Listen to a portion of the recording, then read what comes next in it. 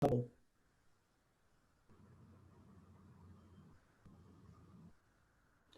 Olá, pessoal. Hoje vamos conversar um pouquinho sobre direito à comunicação e saúde. Eu sou Luiz Felipe Stevanin, sou jornalista da Fiocruz, né, do programa RADS de Comunicação e Saúde, que é uma iniciativa de comunicação pública da Escola Nacional de Saúde Pública, Sérgio Aroca, da Fiocruz. Tenho meu doutorado na UFRJ, sobre exatamente o tema do direito à comunicação, dos movimentos sociais pela democratização da comunicação. E aí a gente vai conversar com, né, eu e Rodrigo Murtinho. Olá, pessoal. Como o Luiz falou, meu nome é Rodrigo Murtinho, eu sou pesquisador da Fiocruz, da área de comunicação e saúde, e pesquiso exatamente nessa área, né, de políticas de comunicação, cidadania, direito à saúde, direito à comunicação, né, e a gente tem feito algumas parcerias, né, em cursos, textos, né, e o que a gente vai conversar hoje aqui com vocês foi um tema de um livro que a gente terminou recentemente, né, ele está com a editora agora, ainda não foi publicado, né, exatamente sobre essa temática. Então, estamos aqui, é um prazer estar participando desse projeto. A UFRJ, a ECO, tem uma importância enorme na minha trajetória e na trajetória do Luiz, né? A minha, em especial, eu fiz a minha graduação na ECO, né? E foi uma escola que me ensinou muito. Ali eu aprendi muito mais do que as disciplinas em sala de aula. Ali eu aprendi a ser um cidadão mais pleno, né? O Luiz fez o mestrado e o doutorado, né, Luiz? Na ECO, né? Sim, Então, sim. para a gente é uma alegria imensa estar participando, né, dessas aulas, né, promovidas pela professora Suzy, também, que é uma pessoa que nós temos um carinho enorme, né? Uma afinidade muito grande também, né? Então, a gente dividiu essa conversa em três partes, e eu vou começar falando um pouco sobre o tema da cidadania, dos direitos humanos, da saúde, né? Como é que esse tema se encontra, né? Cidadania, direito à saúde, direito à comunicação. Quando a gente dá as aulas presenciais, eu costumo muito colocar um vídeo, um discurso do sanitarista Sérgio Arouca, que foi deputado federal, foi presidente da Fiocruz, foi uma das principais figuras, né, das principais personagens da construção do capítulo da saúde na Constituição brasileira. É uma das figuras centrais de um movimento chamado Movimento da Reforma Sanitária Brasileira. Esse movimento ele teve uma influência muito grande, né, num conceito fundamental para a gente entender essa relação, que é o conceito ampliado de saúde, né? Já na década de 80, a saúde ganha um status internacional, né, no âmbito das Nações Unidas, como um direito fundamental que deveria ser garantido por todos os Estados nacionais, né? Nessa época, o movimento da reforma sanitária brasileira, junto com outros movimentos que surgiam e ressurgiam depois da ditadura militar, no processo de redemocratização do país, ele apresenta, na oitava Conferência Nacional de Saúde, em 1986, esse conceito ampliado de saúde, que nada mais é do que a gente pensar a cidadania de forma plena. Ou seja, dizia o Arouca, né? Não existe direito à saúde sem a gente pensar as condições de vida de uma forma geral. Não existe pensar saúde sem direito à moradia, sem transporte digno, sem acesso à comida, sem acesso ao trabalho, sem acesso à terra, sem liberdade de expressão e sem livre organização. Ou seja, a saúde, de uma forma ampla, ela se iguala, né, ao conceito de cidadania, né, ao pensar que todos esses direitos precisam estar articulados para que a gente tenha, de fato, uma saúde plena. Ou seja, a saúde não é um simples estado de estar com uma doença ou estar sem doença, né? É muito mais amplo do que isso. Então, esse conceito, né, que une o direito à saúde a tantos outros direitos, ele também se relaciona claramente com o direito à comunicação, com o direito de comunicar, que é um direito que nós achamos que é central hoje, né, na conjuntura internacional, né, nessa época, nesse momento histórico que a gente vive, que alguns teóricos chamam de globalização, sociedade da informação, capitalismo informacional, né? Vários nomes são dados a esse momento histórico que a gente está vivendo, onde a comunicação e a informação tem um papel central nas definições políticas, nas definições no rumo da própria cidadania, né? Então, nós achamos que, como um direito articulador, que a gente chama, né? Hoje ele é central para a efetivação de vários outros direitos, como o direito à saúde. Por isso, abordamos sempre a necessidade de pensar os direitos de uma forma articulada, né? E o direito à saúde e à comunicação estão muito próximos nessa perspectiva.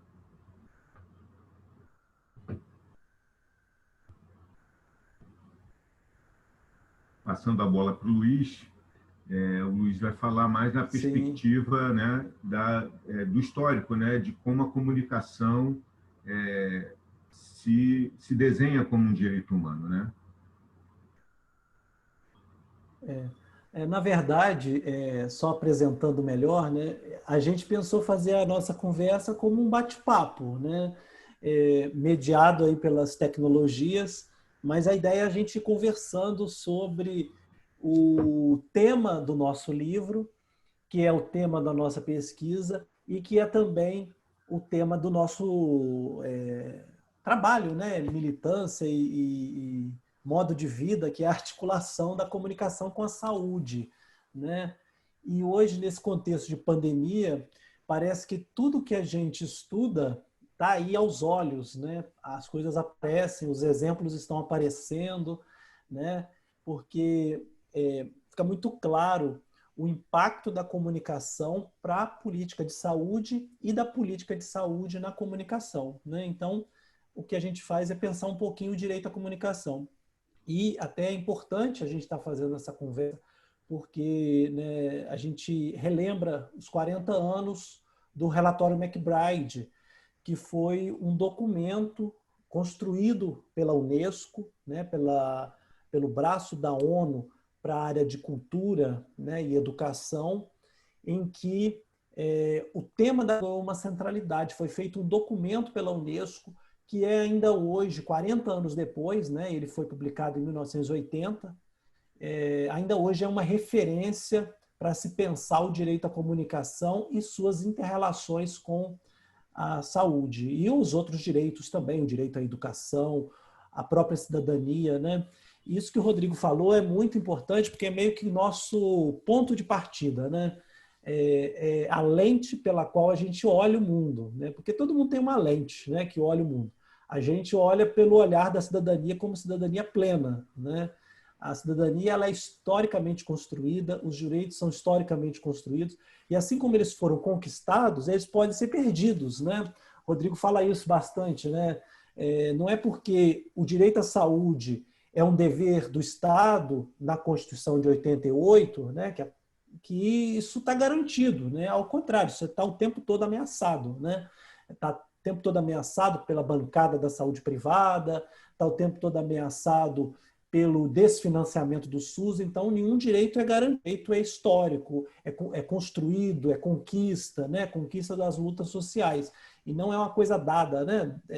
Uma benesse ou uma coisa assim que é natural do ser humano ou do homem, né? Do homem masculino, né? Que muitas vezes aparece assim também. Mas para falar um pouquinho da história do direito à comunicação, rapidamente, né, porque a ideia é só apresentar os nossos pontos de reflexão, Quando se fala em direito à comunicação, a gente usa uma perspectiva também ampliada, igual o Rodrigo apresentou, né? A saúde tem uma perspectiva ampliada e o direito à comunicação também tem uma perspectiva ampliada. E o que isso significa, né?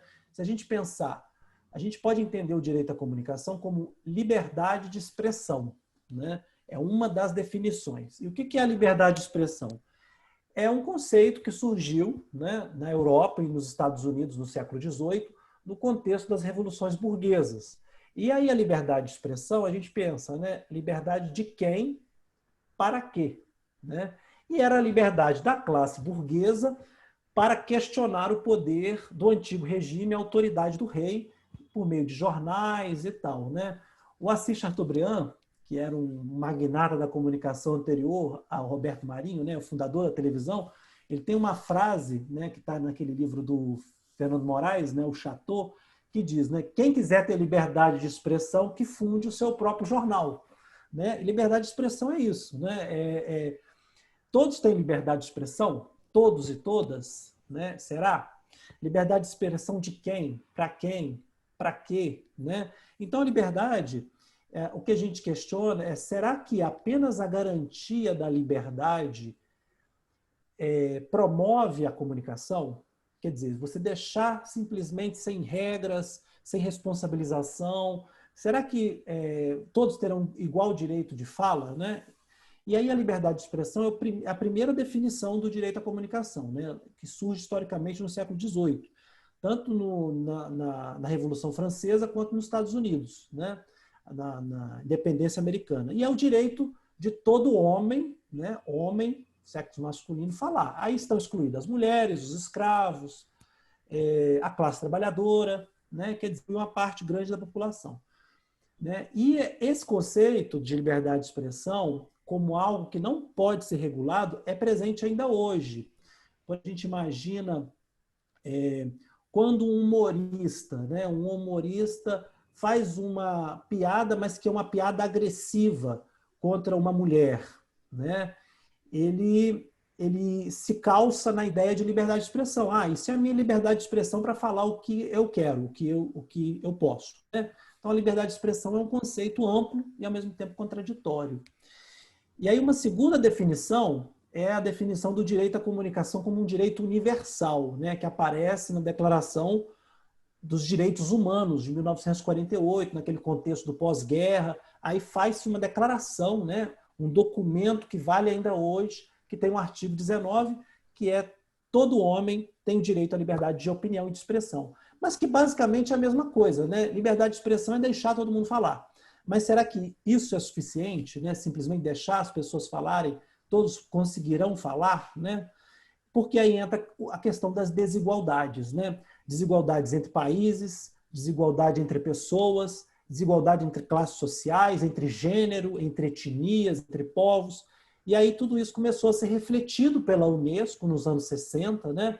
Aí teve um cara, se apresentando bem rapidamente, né? Um cara chamado Jean Darcy, nos anos 60, que definiu que o direito de comunicar seria um direito maior do que a liberdade de expressão. Né? A liberdade de expressão ela é fundamental, mas ante tudo, né? Exatamente por conta das desigualdades. Né? E aí começa a se falar a partir de então no direito de comunicar. Né? Que aí vem o relatório McBride, né? Que está celebrando 40 anos esse ano, que foi publicado em 40, que é resultado, foi publicado, né, em 1980, anos atrás, que é resultado de uma comissão, né, que era presidida pelo Sean McBride, que era um irlandês, contava com a participação do Gabriel Garcia Marques e outros, né, outros nomes, e que pensa o direito à comunicação como algo amplo, né, que exige, inclusive, questiona os monopólios das empresas de comunicação, né, das agências de notícia na época, né, que controlavam a comunicação no mundo, né, pensa muito a comunicação no seu aspecto dialógico, né, como diálogo, a participação, a interação, né, e também não apenas como um direito individual. Né, a liberdade de expressão parece que é apenas um direito individual, mas o direito de comunicação, o direito à comunicação ou o direito de comunicar, é visto como um direito coletivo, né? Então, a gente pode falar em direito dos povos indígenas de comunicar, direito dos povos quilombolas, né? O direito dos povos também, não só das pessoas, né? E tem um outro aspecto importantíssimo, que é a ideia de distribuição de recursos, né? Que é o seguinte: não basta deixar as pessoas falarem, é preciso garantir condições técnicas, tecnológicas e também acesso a conhecimento para que a comunicação aconteça. E hoje, se a gente pensar a internet, é um exemplo disso, né?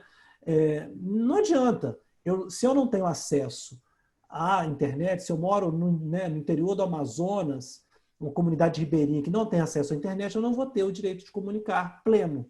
Então, é preciso garantia de recursos, recursos tecnológicos, recursos, acesso a conhecimento, até a questão mesmo da educação para a mídia, né? Compreender que mídia é essa, como se comunica. Então, é um direito mais amplo, né? Que é instituído ali no relatório McBride nos anos 70 e 80, que ainda hoje é uma referência para nós, inclusive para pensar a saúde, nessa conversa aí, que daqui a pouco a gente vai chegar lá. Né? E, por fim, né, é importante dizer o seguinte, já para eu concluir e passar a bola para o Rodrigo de novo. Isso causou um alvoroço danado, porque quando você fala, né, quando você questiona os monopólios da mídia, né, que foi o que o relatório McBride fez, causou um alvoroço, e o que aconteceu é que os Estados Unidos e o Reino Unido saíram da Unesco nos anos 80, só voltaram nos anos 2000, e o debate meio que ficou arrefecido, e nos anos 2000, com a discussão da sociedade da informação, né, com o advento da internet, né, advento, modo de dizer, a internet já existia, né, mas começa a ser popularizada, né, as novas tecnologias, as tecnologias da informação e comunicação, né, as TICs. No final dos anos 90, início dos anos 2000, começa a haver uma popularização, e aí começa a se falar em sociedade da informação. E então começa uma nova rodada de discussão, né, as cúpulas mundial da sociedade da informação, e surge também uma campanha, né, a chamada campanha CRIS, que era Communication Rights in the Information Society, né, os direitos à comunicação na sociedade da informação. E aí direitos no plural, né, direitos à comunicação, e não mais direito de comunicar, porque são muitos, né? É o direito de comunicar na internet, é o direito de antena, né, que é o direito ao acesso à televisão e rádio, é a comunicação interpessoal, ou seja, é muito amplo. E aí a campanha, só para eu já passar a bola para o Rodrigo, né, ela aponta quatro grandes áreas, vamos dizer assim, né? A primeira área, que é uma comunicação na esfera pública, que era o que se pensava normalmente como direito à comunicação. Uma segunda, que é acesso ao conhecimento, e aí vem todo o debate de acesso, né? Acesso ao conhecimento, o que a universidade produz e como que isso influencia no processo da comunicação. Um terceiro aspecto, as liberdades civis, e aí envolve a questão da privacidade, a questão da individualidade, do respeito à individualidade e até o debate da proteção de dados, né? A proteção de dados pessoais, que é algo que pertence ao indivíduo, que a gente vai falar ainda, né, mais à frente. E, por fim, o quarto aspecto, que é o acesso equitativo às tecnologias. É preciso garantir o acesso nesse contexto, né, cada vez mais conectado, né? É preciso garantir recursos, né? Não, simplesmente deixar as pessoas livres para falar, porque senão elas não vão ter acesso aqui ao Zoom para fazer uma transmissão, né? Então, é preciso, né, quando se fala, por exemplo, de plano remoto, né, de aulas, né, que as escolas têm feito, as universidades, isso também é preciso levar em conta a exclusão digital, né? Uma parcela significativa da população brasileira não tem acesso à tecnologia. Então, os direitos à comunicação, no plural, né, nos anos 2000, agora já, né, nos anos 2000, trazem todo esse debate aí à tona, né, vamos dizer assim. E aí agora o Rodrigo vai começar a fazer essa inter-relação com o campo da saúde, né? Já deve ter dado para imaginar assim, muita coisa a partir do que a gente falou, né? Mas são dois campos que se comunicam muito, né? Aí o Rodrigo agora vai falar mais um pouco e depois a gente Fazendo um pouco essa ponte a partir do que o Luiz falou, é importante a gente voltar só um pouquinho atrás e frisar que os direitos eles são conquistados, eles não são dados de graça, né? Eles refletem a correlação de forças da sociedade e a capacidade de organização dessa sociedade, não só para conquistar esses direitos, mas ter esses direitos transformados nas legislações dos seus países e efetivados em políticas públicas, né? Então, a saúde ela conseguiu esse status na Constituição, né, na Constituinte no final dos anos 80, né? A comunicação, de certa parte, há um certo reconhecimento, sem estar tão explícito quanto a comunicação, quanto a saúde, mas também existem direitos importantes, né, dentro dessas dimensões que o Luiz falou, também inscritas na nossa Constituição. Só que estar na Constituição também não é suficiente, né? A gente precisa transformar em políticas efetivas. No caso da saúde, isso foi transformado, né, no Sistema Único de Saúde. O Sistema Único de Saúde é a maior materialização, né, do direito à saúde no Brasil. A gente tem visto, inclusive agora na pandemia, a importância, né, de um sistema único, né, de um sistema público de saúde, que é quem está segurando, no final das contas, né, quem está dando apoio, quem está dando suporte ao país nesse enfrentamento da pandemia da Covid-19. Então, a saúde, ela se organizou esse campo ao longo das décadas.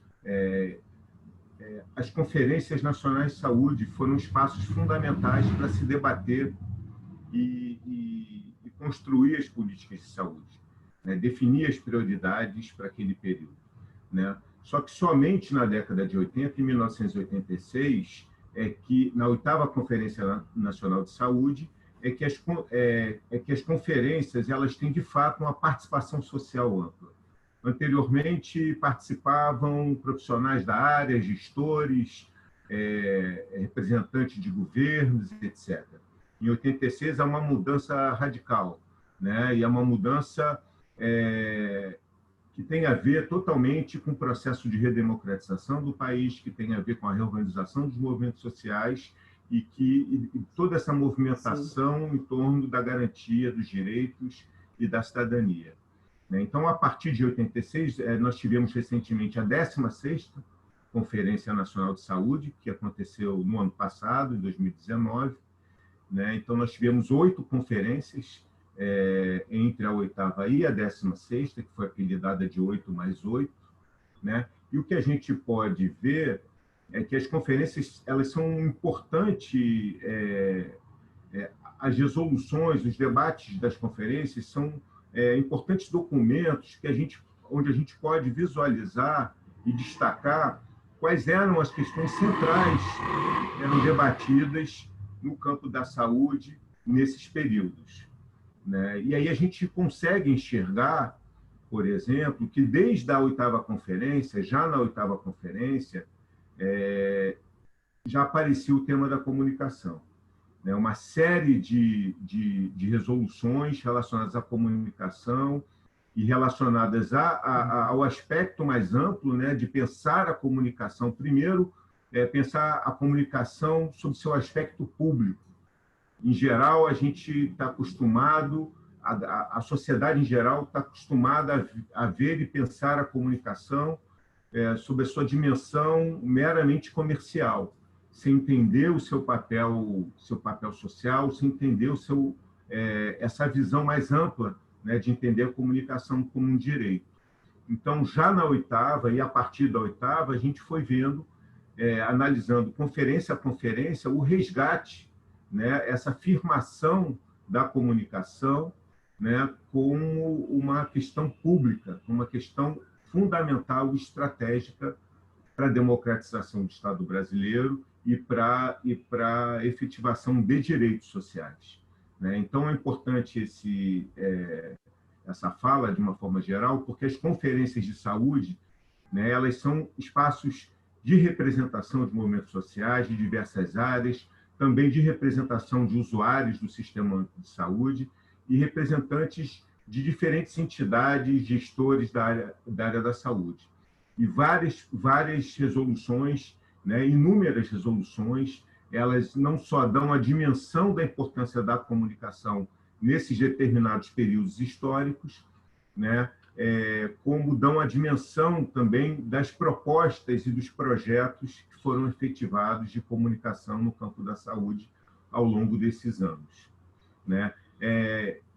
A gente costuma fazer duas abordagens centrais sobre essas resoluções das conferências, são dois blocos centrais que dão essa dimensão do que a gente tem falado, do que a gente está falando aqui, sobre a representação, essa relação entre o direito à comunicação e a importância do direito à comunicação para a efetivação do direito à saúde. O primeiro bloco são políticas relacionadas à radiodifusão, né? E esse bloco o Luiz vai falar um pouquinho mais.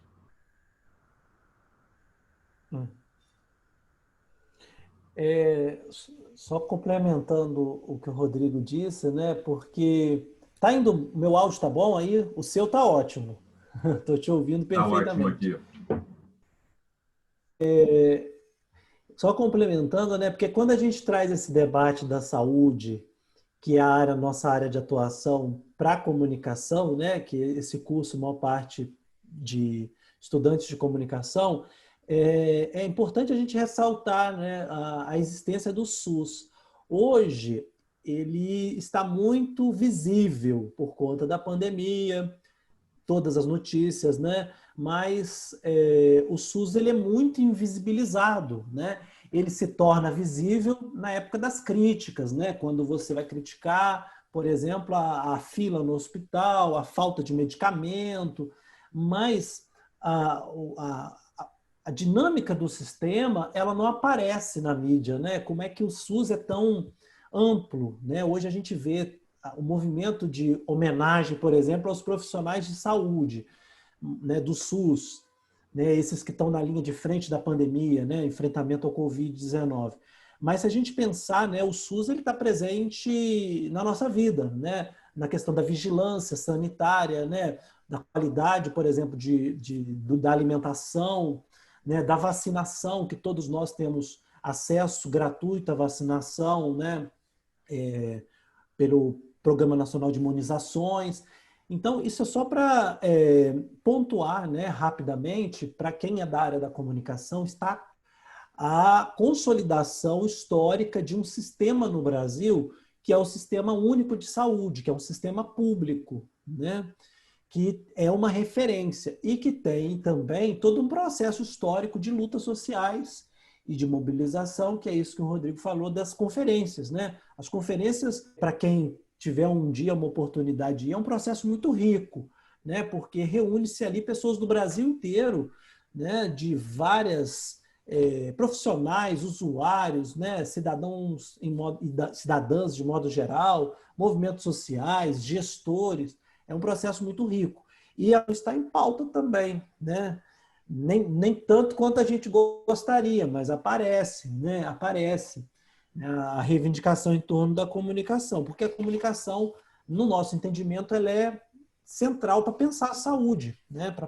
E aí, já entrando no que eu vou falar agora, que é a articulação da radiodifusão com a saúde, né? E quando eu falo de radiodifusão, eu só ajeitar aqui só um instantinho.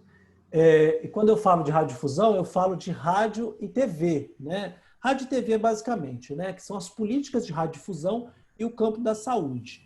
E aí, para a gente pensar, né, esse bloco agora, né? Agora a gente começa o segundo bloco da nossa conversa, né? Que é mais a questão das políticas mesmo, né? Eu vou falar das políticas de radiodifusão e o Rodrigo depois das questões digitais. Mas aí, se você quiser interromper, Rodrigo, fica à vontade.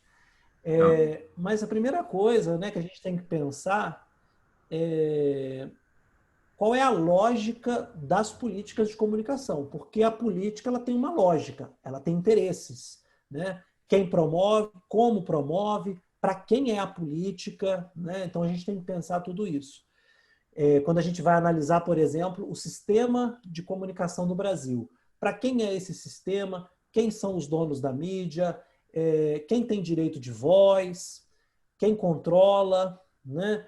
Isso tudo até a gente deixou algumas indicações, né, de leitura da revista em que eu trabalho, que é a revista Hades, e a gente faz um acompanhamento, né, também do tema da comunicação, né, do debate da concentração de propriedade, do chamado coronelismo eletrônico, que é um tema que a Suzy estuda, né, no nosso grupo de pesquisa no PIC, na UFRJ, e a gente já fez matéria sobre isso falando, por exemplo, quem são os donos da comunicação, né? E tem um levantamento recente, publicado em 2017, feito pelo Repórteres Sem Fronteira e o Intervozes, que aponta que os donos da comunicação são os donos de terra, são donos da saúde, são donos da educação, né? Então, como é que vai haver uma representação da saúde pública? Que representação da saúde pública vai existir se eu penso, por exemplo, que o dono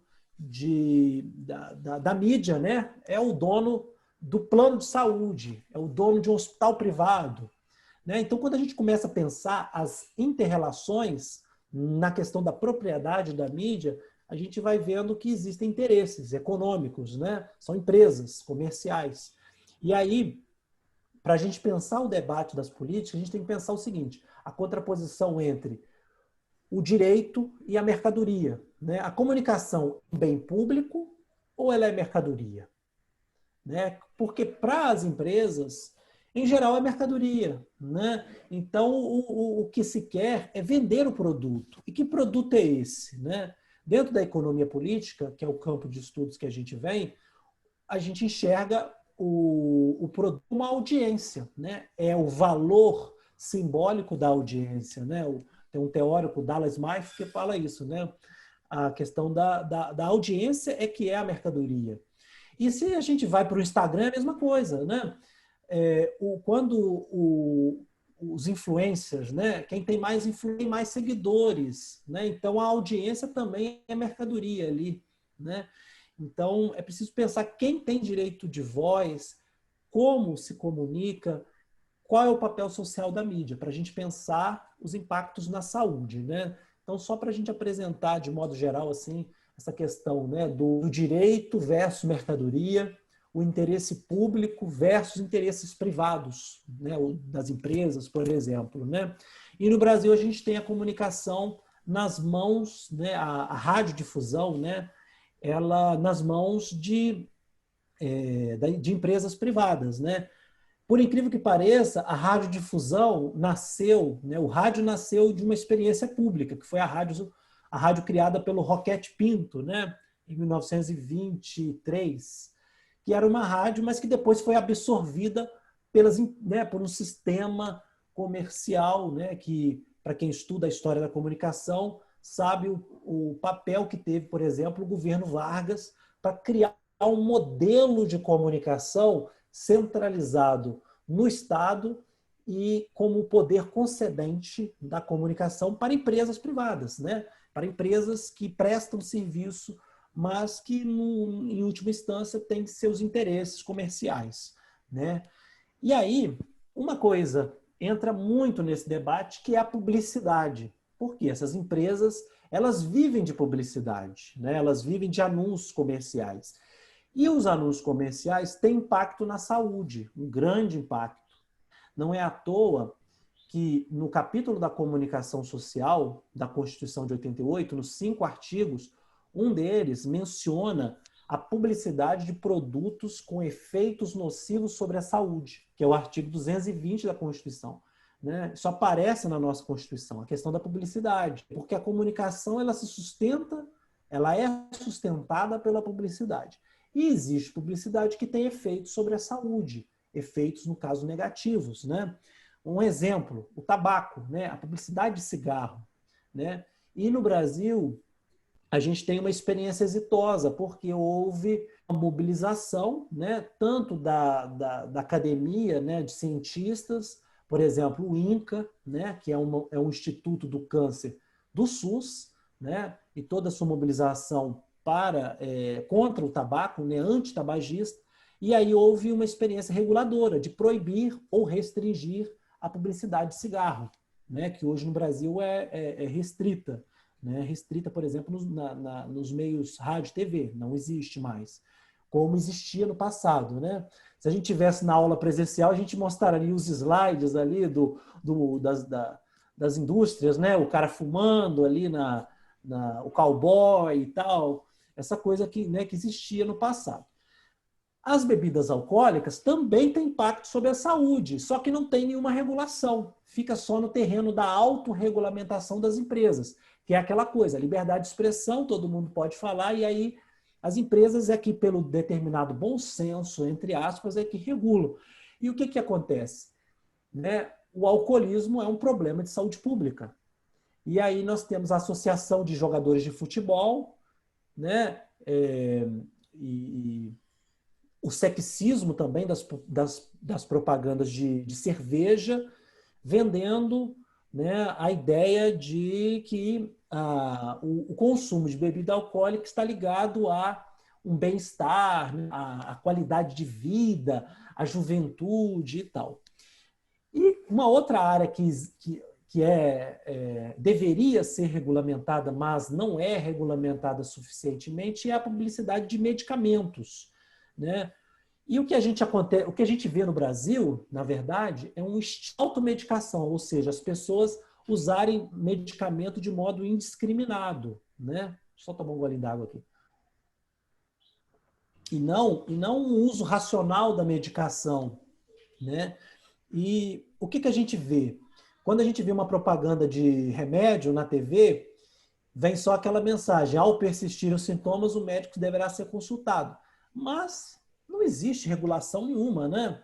O médico deveria ser consultado antes, né? O médico deveria ser consultado antes. Né? E E ele a que gente deve vê também as prescrever. celebridades. Exatamente. Ele que deveria fazer a prescrição da medicação. Né? Mas quem faz a prescrição hoje? São os influencers, né? Das redes sociais. Recentemente, a Thaís Araújo estava fazendo uma propaganda recente, agora na pandemia, para o Anador, né? Para o Doril, o Anador, sei lá. Quer dizer, existe uma referência, né, da celebridade como alguém que prescreve ou que indica, né? É igual aquela propaganda do dentista, né? Que 9 entre 10 dentistas indicam esse creme dental, né? Essa coisa do estímulo ao abuso do uso de produtos com impacto sobre a saúde. Né? Então não tem. E hoje a gente tem também o garoto propaganda da cloroquina, que é o Bolsonaro. Né? Eu vi um outdoor, né? O cara estava lá, o presidente da República, segurando uma caixinha da cloroquina. Né? E prescrevendo, né? Indicando na sua live, né? Que ele tem a live dele e indica. Quer dizer, não há um uso racional da medicação. Isso tem impacto na saúde. Né? Qual é o poder de um presidente da República indicando um medicamento, o uso indiscriminado de um medicamento que tem efeitos, por exemplo, né, para desestabilização de pressão, né, um medicamento usado por exemplo, para quem tem problemas, para doenças autoimunes, né, para malária, é um medicamento com efeitos, né, efeitos colaterais. Então, a publicidade é uma questão para nós da saúde, é uma questão também para a comunicação. Né? E aí tem um último aspecto, a publicidade infantil, né? Que produtos com sódio, com açúcar, com gordura saturada, que são exibidas nessas publicidades, seja na TV ou seja no YouTube, quando a criança está assistindo o vídeo, entra ali aquela publicidade, né? É uma questão que importa muito para a saúde, porque há um estímulo a um hábito, né? A um hábito de consumo. E essa questão da infância também diz muito respeito à saúde, né? Porque a gente acredita, né? Porque a visão que a gente tem da saúde não é só de ausência de doença, né? Saúde é autonomia dos indivíduos, né? Aquilo que o Rodrigo falou, né? Daquela definição lá da Conferência Nacional de Saúde, né? Do sanitarista Sérgio Aroca, de que a saúde é qualidade de vida também, né? Então, se uma criança ela é estimulada ao consumo, ela está perdendo a autonomia do seu desenvolvimento. né? Então, essa questão da mídia e da infância é muito importante para a saúde. Para quem se interessar, né, o site da ANDI, Comunicação e Direitos, né, que é uma ANDI, ANDI, tem muito material sobre mídia e infância, mídia e direitos humanos, né, uma indicação para quem se interessa por esse tema, né? A gente está só pontuando mais né, alguns aspectos e tal. Um outro aspecto relacionado à radiodifusão e saúde é o debate dos direitos humanos, diversidade e liberdade de expressão, né? Por quê? Quando aí já não mais na publicidade, mas quando um conteúdo jornalístico ou de entretenimento de uma TV ou de rádio, ele fere ou viola um direito humano, né? Um exemplo, né? Os programas policialescos que trazem, né, linchamento público. Às vezes o cara aparece ali, esses programas, tipo Balanço Geral, Cidade Alerta e tal, fazem a exposição de menores, né, agridem o Estatuto da Criança e do Adolescente, condenam sem julgar, né? A mensagem ela é acusatória e condenatória, né? E traz muitas das vezes o racismo envolvido, porque a condenação pelas aparências e tal. Então, essa questão da violação dos direitos na mídia, inclusive tem uma campanha, né, do Intervozes, que é exatamente isso, né? Mídia sem violações de direitos, quem se interessar também é só acessar, e que na verdade é uma tradição de denúncia, né? de conteúdo violento e também discriminatório da mídia, que tem impacto sobre a saúde, porque qual é o impacto da saúde mental, né? Na saúde mental? Recentemente a gente teve o caso, que não foi na TV, mas foi nas redes sociais, da menina, né? Que foi vítima de estupro, que teve o seu nome divulgado, né? O nome, endereço, tal, e ela, ou seja, ela sofreu um processo aí de um grande impacto, né, na sua saúde mental, na sua dignidade de vida, no seu desenvolvimento, né, de uma criança, né? Então a gente pensar isso tudo e o que isso tem a ver com a saúde? Tem tudo a ver, né? Porque saúde é qualidade de vida, é autonomia das pessoas. Então essa criança ela foi lesada, né? Além de ter sido estuprada, ela foi lesada pela comunicação, né? E por fim, para eu já passar de novo a bola para o Rodrigo, o último aspecto que diz muito a nós, né, Rodrigo, que é a comunicação pública, né? Iniciativas de comunicação pública no campo da saúde, né? Para quem não sabe, a comunicação pública é um conceito e uma prática voltada para pensar a comunicação como um direito, né? A gente poderia dar uma aula sobre comunicação pública, mas em linhas gerais é isso. E a questão da cidadania, né? Muito no debate da comunicação pública.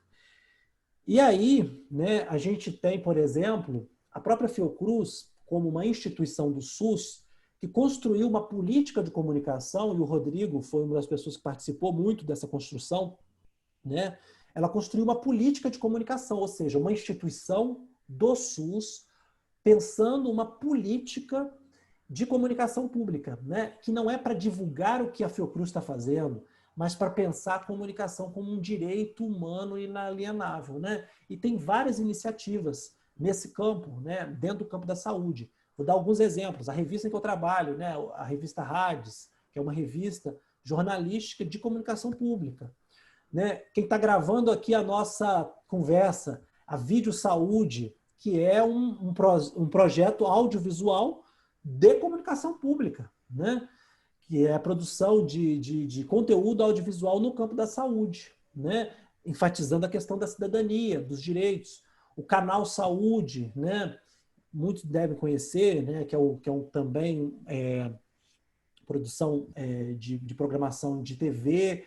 Ou seja, a gente pensar outra comunicação, outras vozes, outros conteúdos, né? A gente tem que fazer a crítica, mas também tem que pensar em construção, né? E a gente tem pensado isso, né? A gente constrói isso.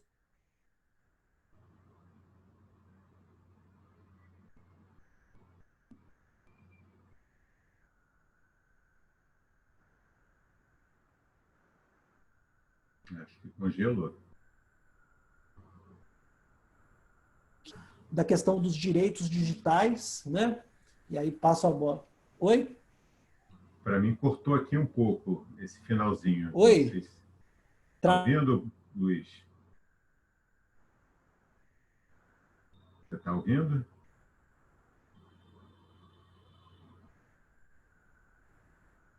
Para mim, cortou. Cortou também aí, vídeo de saúde? Congelou. Mas você pode Congelou, prosseguir. né?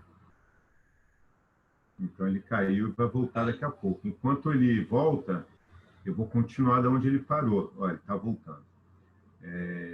Então, assim, todos esses debates, todas essas questões que o Luiz Felipe apresentou, que são debates fundamentais, eles estão presentes nas conferências de saúde de alguma forma, né? Então, tem dezenas de resoluções ao longo de todas essas 8 conferências, né, que tratam dessa temática e dessas questões que o Luiz falou.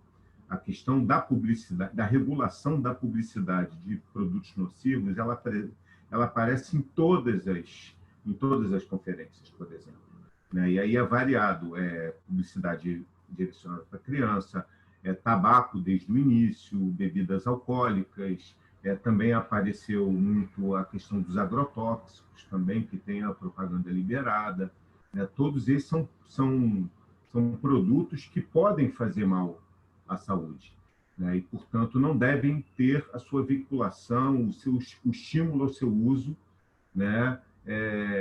Em horários de grande pico da televisão. Eles devem ter sua publicidade direcionada para o público direcionado, né? Então, todas essas questões são fundamentais, né, para que a gente reflita, né, como a saúde veio debatendo a comunicação, né?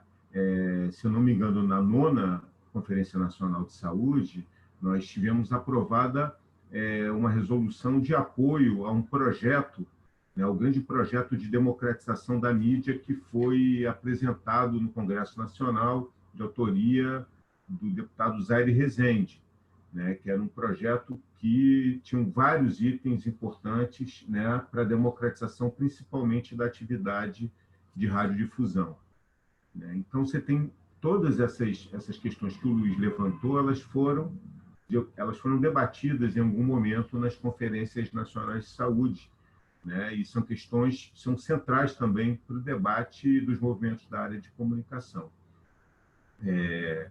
Entrando mais agora na parte dos direitos digitais, quando a gente fala de direitos digitais, a gente está falando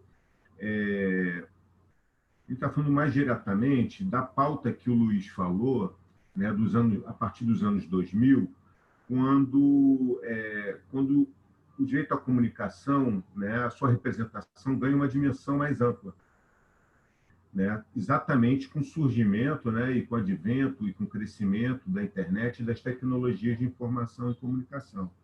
Então, o direito à comunicação ele é obrigado a incorporar outras dimensões, né, a partir de experiências, a partir da vivência e também do surgimento de novas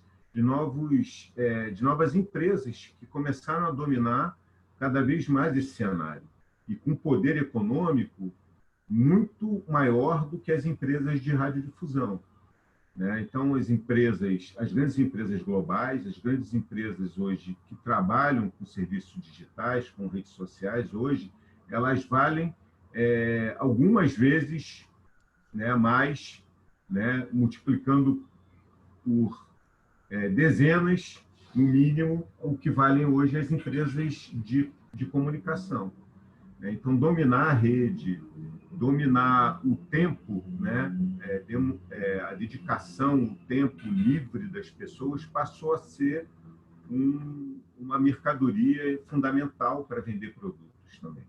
Então, o controle dessas redes hoje é fundamental. O controle do acesso ao conhecimento, né, ele também se tornou uma questão fundamental das empresas, né? Então, todas essas questões elas acabam provocando contradições, né, e aparecem necessariamente como aspectos fundamentais do direito à comunicação.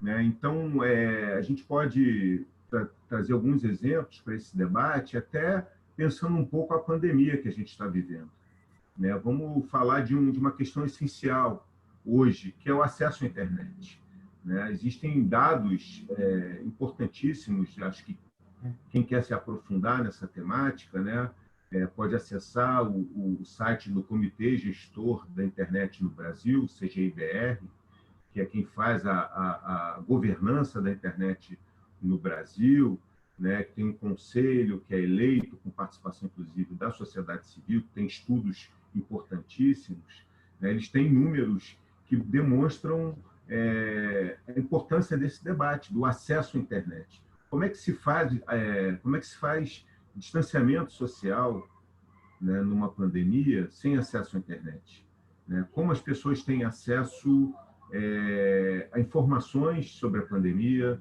de como se proteger, né? Como é que elas têm acesso, como é que elas podem se comunicar com seus parentes, com seus amigos, como é que elas podem acessar aulas e outras formas de conhecimento, como palestras, lives, etc., que se tornaram práticas cotidianas, né? Como é que elas podem acessar o próprio entretenimento, que é fundamental também para a vida das pessoas.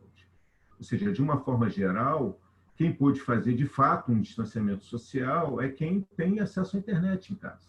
Quem não tem acesso à internet em casa ficou ilhado, né? O que demonstra, nesse momento de pandemia, quando a gente fala de desigualdades, que a pandemia ela escancarou ainda mais as grandes desigualdades que a gente tem no nosso país, e também as desigualdades em relação à comunicação e o acesso à informação.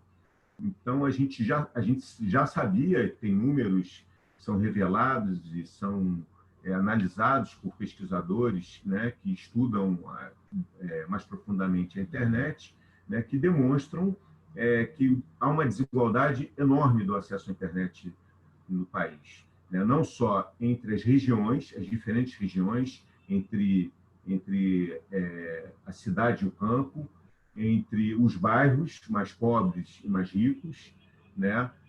Mas também o tipo, né, e a forma de acesso, né, que as diferentes classes sociais têm, né? Tem um exemplo num documentário que a gente também está indicando, que é um documentário sensacional, que retrata bem esse ambiente que a gente está falando, que é o Freenet, que foi produzido com apoio de várias instituições, organizações da sociedade civil no Brasil. Uma parte do filme mostra, por exemplo, aquela foto, né? Aquela foto bastante simbólica, né? Que mostra, de um lado, Paraisópolis, que é uma das grandes favelas de São Paulo, e encostado, né? No mesmo muro, o Morumbi, que é uma área extremamente rica de São Paulo, né? Tem uma foto clássica que mostra um muro, né, separando, né, as casas humildes, né, de Paraisópolis e os grandes condomínios com quadra de tênis, etc., etc., do Morumbi. O documentário mostra, por exemplo, ou seja, elas estão praticamente no mesmo território. Do ponto de vista das telecomunicações, não há diferença sobre a capacidade de prover serviços nessas duas localidades, né? Mas quando você analisa, o documentário mostra, né, que as empresas de telecomunicações oferecem um acesso ao Morumbi, por exemplo, né, uma capacidade, né, de acesso à internet enorme, enquanto as pessoas que moram em Paraisópolis, mesmo querendo contratar um serviço de banda larga, né, que a banda larga no Brasil, a gente tem uma referência que ela é muito diferente do que uma banda larga fora do Brasil. A gente se acostumou com uma banda bem pouco larga no Brasil, né, como sendo banda larga. Mas Paraisópolis não tem acesso nem a essa banda menos larga, né? Existe uma dificuldade imensa em você acessar os serviços, mesmo querendo pagar. Então, isso é uma discriminação que acontece, né, efetivamente, né? Existe também, por parte das formas de acesso à internet cada vez mais crescente nas classes D e E, um acesso por aparelhos móveis, né?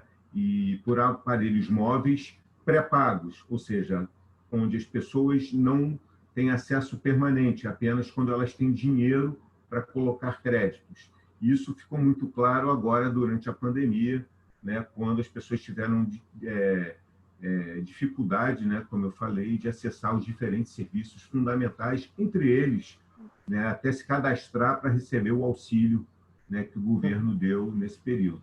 Né? As pessoas precisavam acessar a internet, preencher o cadastro, acompanhar a tramitação do seu processo, entrar no site da Caixa Econômica Federal, né? E as pessoas que não têm acesso à internet tiveram muita dificuldade de acessar os serviços públicos também, que estão cada vez mais digitalizados. Essa é uma questão fundamental, né, em relação aos direitos digitais, né, que também inclui o acesso a equipamentos. Né, o que a gente também verificou agora, e principalmente em relação às aulas, né, e isso afetou também o FRJ, como a Fiocruz, que fizeram editais para que pudesse ofertar o acesso a equipamentos, para que as aulas pudessem ser assistidas remotamente, e não só equipamentos, mas também o acesso através dos chips, né, para uma conexão 3G, 4G, né, muitas pessoas não têm acesso a equipamentos. Cada vez mais no país a internet é acessada via celulares, como eu falei. Né? Não há computadores em todas as casas, não há uma condição, há um abismo realmente entre o acesso das diferentes classes sociais a uma questão que a própria ONU elegeu recentemente como um direito humano fundamental, o acesso à internet. Né? Então, é importante dizer que a própria ONU, né, recentemente, declarou que a internet é um bem público e que deve ser considerado como um direito humano fundamental. Né? Outras questões fundamentais também fazem parte desse debate dos direitos digitais, que é próprio acesso ao conhecimento. Né? Cada vez mais as grandes editoras elas dominam o acesso ao conhecimento, né, através da publicação de livros, mas essencialmente no campo da pesquisa, elas dominam também o acesso aos principais periódicos, né, que publicam os principais artigos, né, os grandes avanços das pesquisas, eles são relatados através de artigos científicos. Esses artigos são publicados em revistas que, na sua maioria, cobram pelo acesso a essa revista e cobram, muitas vezes, também para o pesquisador publicar nessas revistas.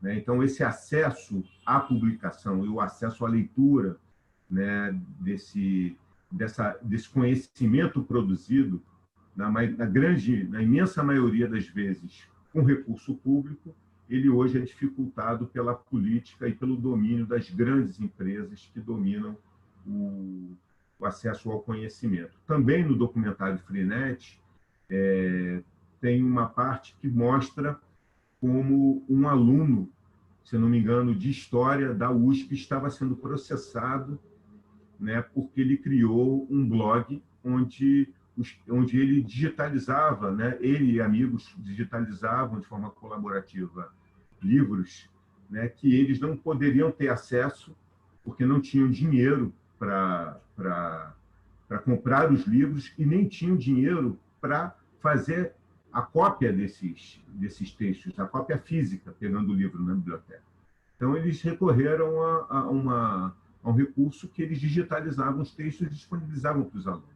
Esse aluno estava sendo processado num processo considerado um dos maiores processos de direito autoral no país, cobrando uma quantia absurda desse estudante, que já não tinha condições sequer de copiar os textos, estava sendo processado para transformar esse caso num caso exemplar que impedisse as pessoas de buscar formas alternativas de acesso ao conhecimento. Né? Outra questão que eu acho que é cada vez mais fundamental é o debate uma questão que o Luiz apresentou, também, anteriormente, comentou, que é o tema da proteção de dados pessoais. Esse é um tema que vem ganhando espaço no debate público, mas ainda está muito distante da maioria da população.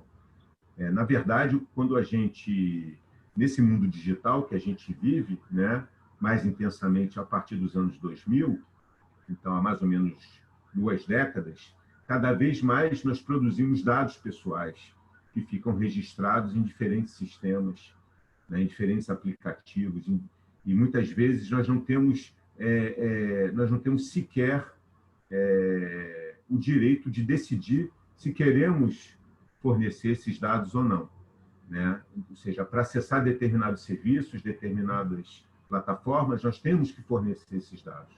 E como esses dados são armazenados, como esses dados são utilizados. Muito pouca gente sabe. É dito, né, um jargão que é muito utilizado para analisar a questão dos dados pessoais, é que os dados hoje são um novo petróleo, né, para mostrar a dimensão e a importância econômica, né, que os dados têm hoje em dia. Hoje nós temos computadores, né, e também softwares, né, que são capazes de processar uma imensidão enorme de dados, né, e produzir a partir desses dados relatórios diversos sobre diferentes aspectos que esses dados podem produzir.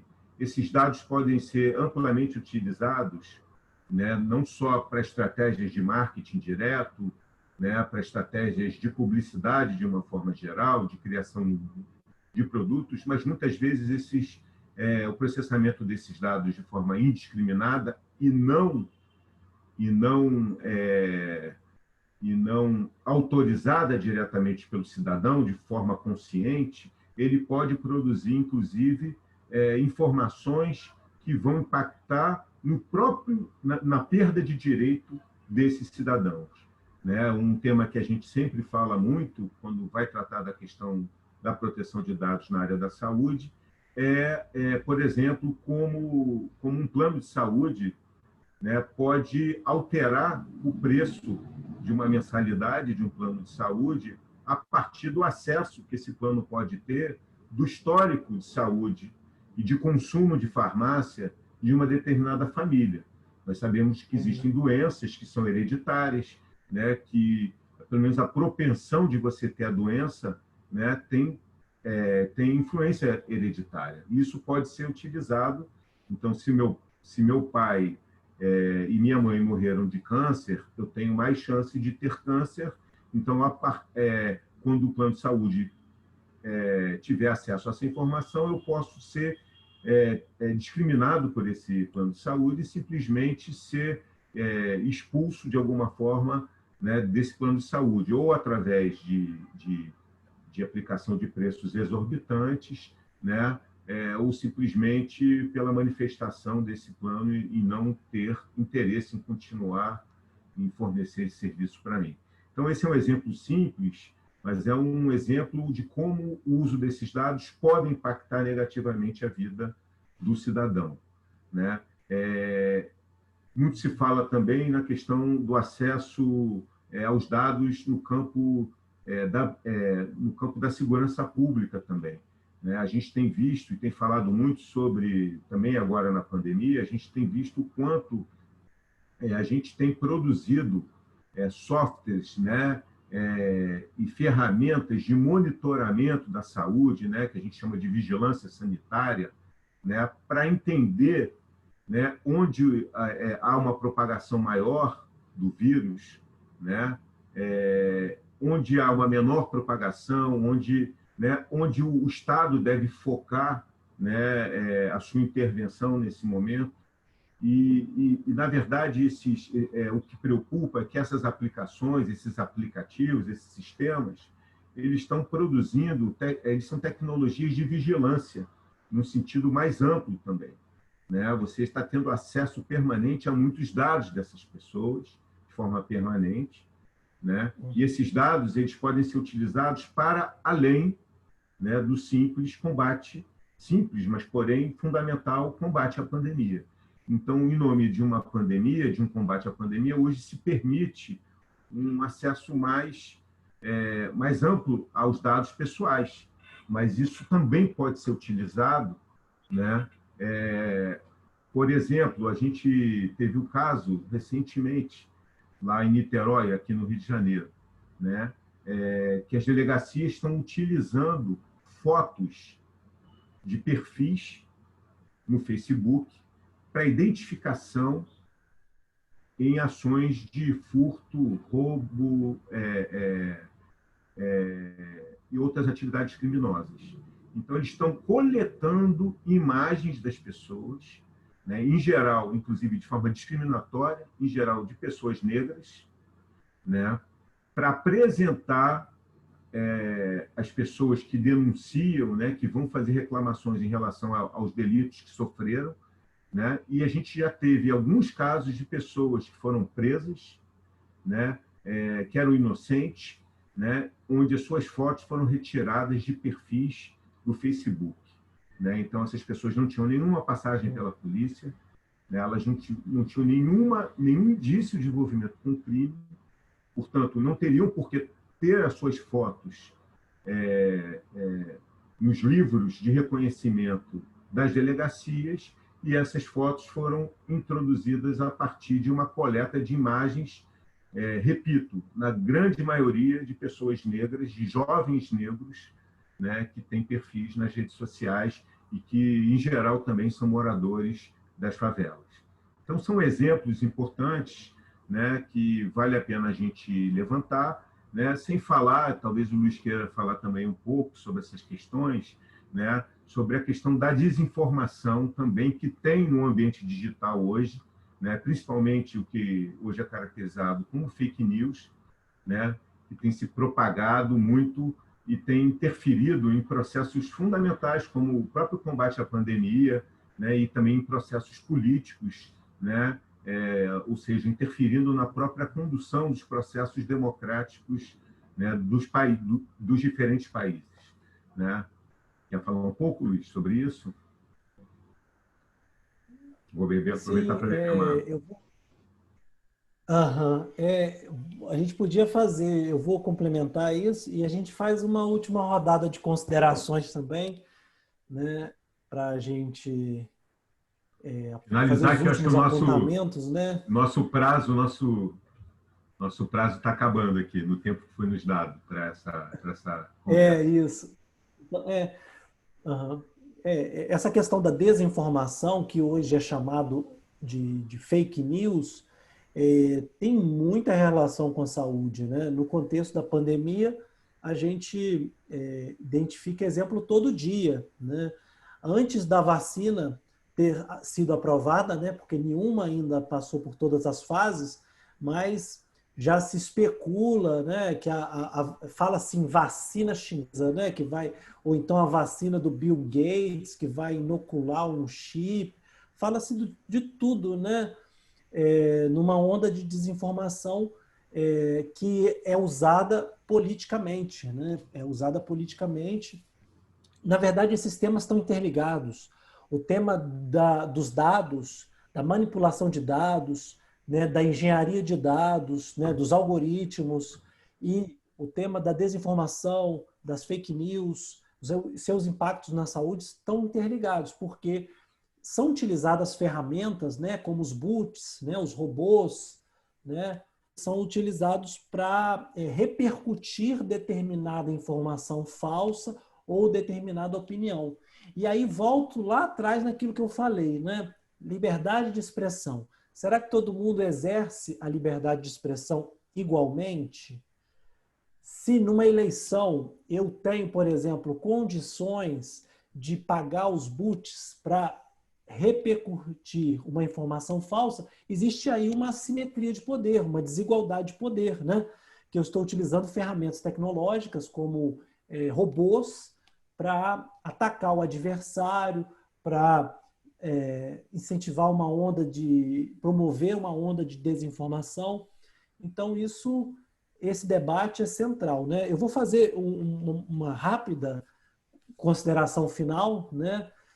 Que inclusive eu caí enquanto eu estava falando provando que existe a exclusão digital, porque eu estou aqui na roça, então o sinal caiu, é muito oscilante, né? E eu sou vítima disso, inclusive. Mas eu queria chamar a atenção para duas questões, né? A primeira é a questão da comunicação pública, né? Porque é importante a gente fazer a crítica, mas é importante também a gente fazer proposições, né? E eu acho que a comunicação pública feita no campo dos movimentos sociais, da sociedade civil, ou no campo das instituições públicas, como universidades e instituições do SUS, como a Fiocruz, é fundamental, né, para construir outras vozes, outras narrativas, modos de produção e de distribuição de informação também, de comunicação, né? Porque não basta apenas produzir, tem que distribuir, né? E o segundo aspecto é a atenção para essa questão dos direitos digitais, né? Que é um guarda-chuva amplo para falar de exclusão digital, acesso à internet, falar de governança da internet, proteção de dados pessoais, privacidade na internet, que não coisa, né? Proteção de dados é uma coisa, privacidade é outra, mas estão interligadas. Pensar tudo isso, né? Esse guarda-chuva é fundamental para o campo da comunicação hoje, né? Isso e tem muito impacto para nós da saúde, né? Para nós que trabalhamos com comunicação na saúde. E essa expressão direitos digitais vem de uma coalizão de movimentos sociais, de organizações, de ONGs, né, de movimentos, que é a coalizão Direitos na Rede, né? Então, a gente, ao invés de falar apenas em internet, porque é mais do que internet, a gente está falando de direitos digitais, né? Eu acho que queria chamar atenção para isso. E agradeço, né? Agradeço a Suzy pelo convite, esse estreitamento de laço com a FRJ, e deixo aqui aberto a vocês, né, que quiserem conhecer mais do nosso trabalho na Fiocruz, seja na RADES, ou o trabalho do ICICT, né, que é o instituto que o Rodrigo dirige, que tem um trabalho incrível também nessa área de comunicação e saúde. Muito obrigado e até a próxima. Para finalizar, Agora, eu queria, acho que a gente extrapolou bastante o tempo, acho que eu me empolguei um pouco no tema dos direitos digitais.